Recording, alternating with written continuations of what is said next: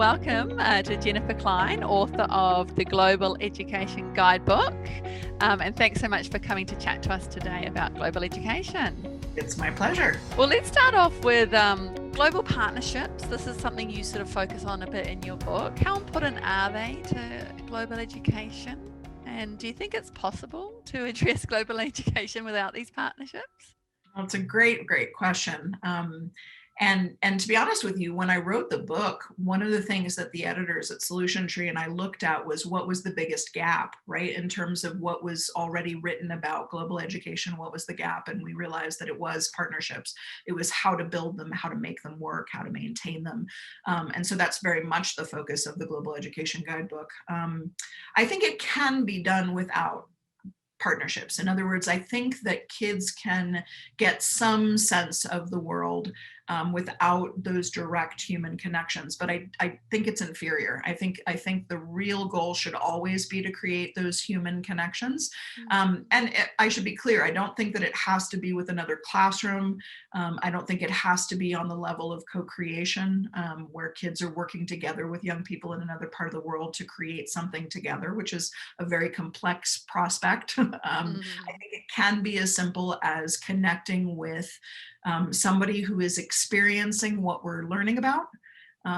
Like we're looking at water purity and access questions, and we talked to someone who has recently been involved in putting wells into his community, right, to ensure access to water. I think those kinds of experiences can only help, right? And so I think, it could be the expert who is experiencing what we're studying. It can also be the expert who's working to solve the given problem.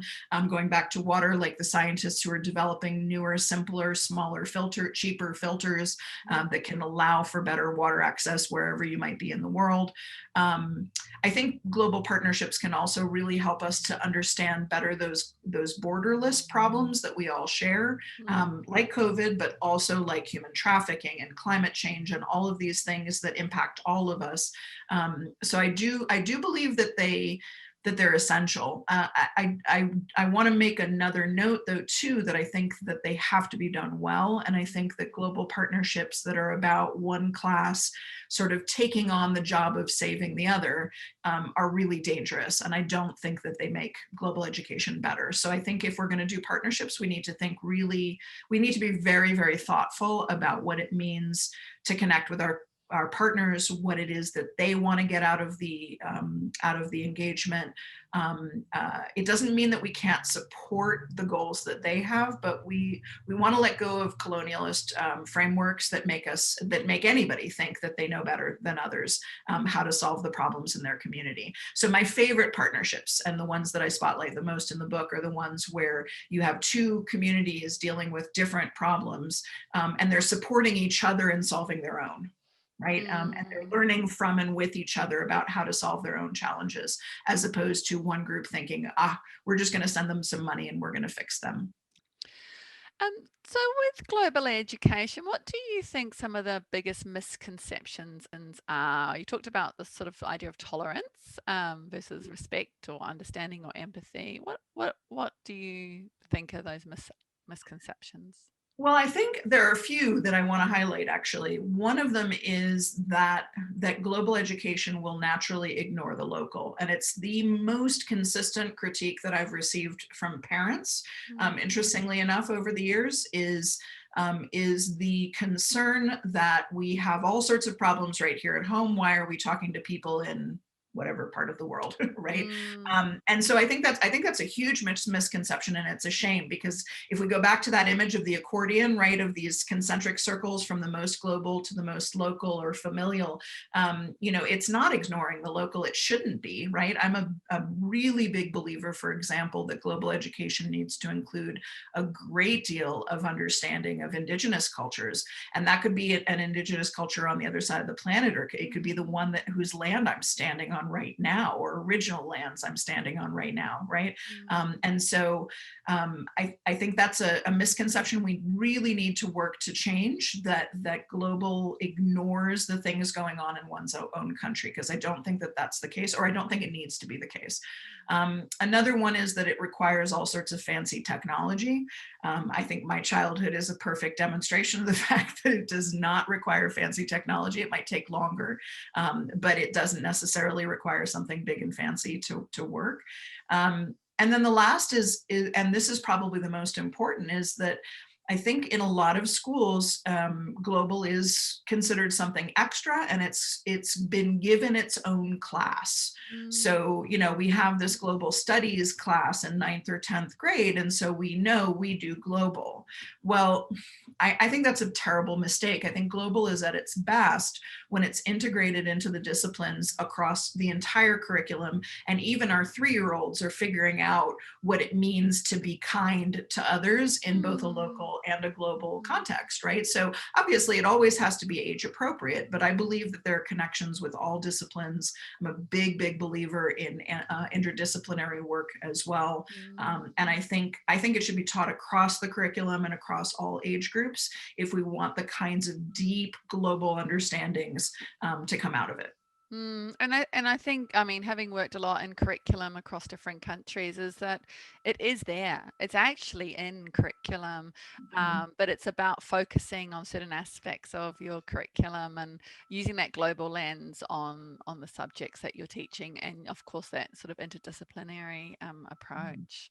Yeah.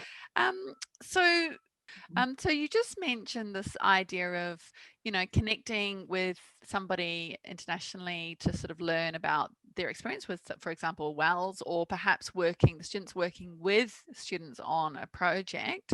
Obviously, that's all enabled by technology, and we've had these huge sort of developments in technology over the last 10, 20 years. Um, how how can it support global education, and in what different types of ways do you think it can? Well, I mean, the possibilities are endless, Mm, especially now that we're seeing more and more of these collaborative tools where kids can co-create very easily. I mean, I'm thinking of things as simple as Padlet, which have become, very easy, I think, for educators to make use of.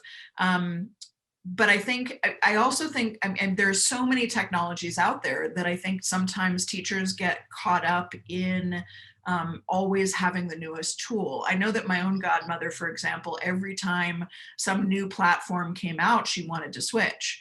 And it took me years to try to convince her, if you have one you really like, you should go ahead and stick with it. Like, you don't have to mm, be a lifer. Someday you might say, ooh, there's something better out there. But when you find something that works for you, keep using it, and so I should balance that, of course, with the fact that we always want to be learning new about new mm, things, right? We always do want to be looking for newer tools and things that are going to work better for us, and all of that. So obviously that's important as well. But I think sometimes we can get so distracted by the tools that we forget about the human connection. So I would say I think that's the most important thing from my perspective, is that we see the tools as tools to make human connections, mm, as opposed to the more fancy tools I use, the better this is going to be, without that human connection, right? I think there's so much that's possible. The other piece too with technology that I talked about a lot in the Global Ed Guidebook was this idea that we need to let the less equipped and less funded school take the lead when we're doing partnerships, meaning that mm, I might be really comfortable on Zoom, but if I'm connecting with a community that's not using Zoom or doesn't have the bandwidth for it, I shouldn't do it that way, right?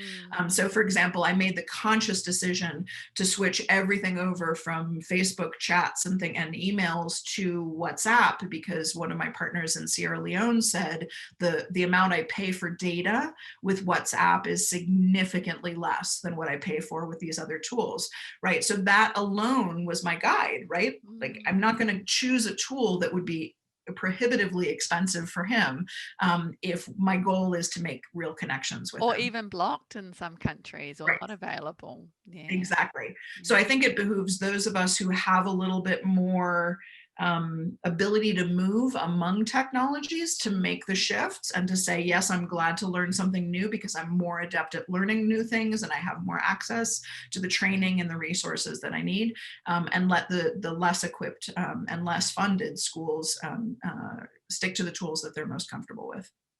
Absolutely. And I mean, I think that's the sort of the common issue, isn't it, with technology that sometimes we fall into as educators is the technology is just the tool. It's not the goal itself, and it enables us to do the work that we want to do. So let's not Exactly. focus on that tool. Let's focus on, On the what, bigger picture.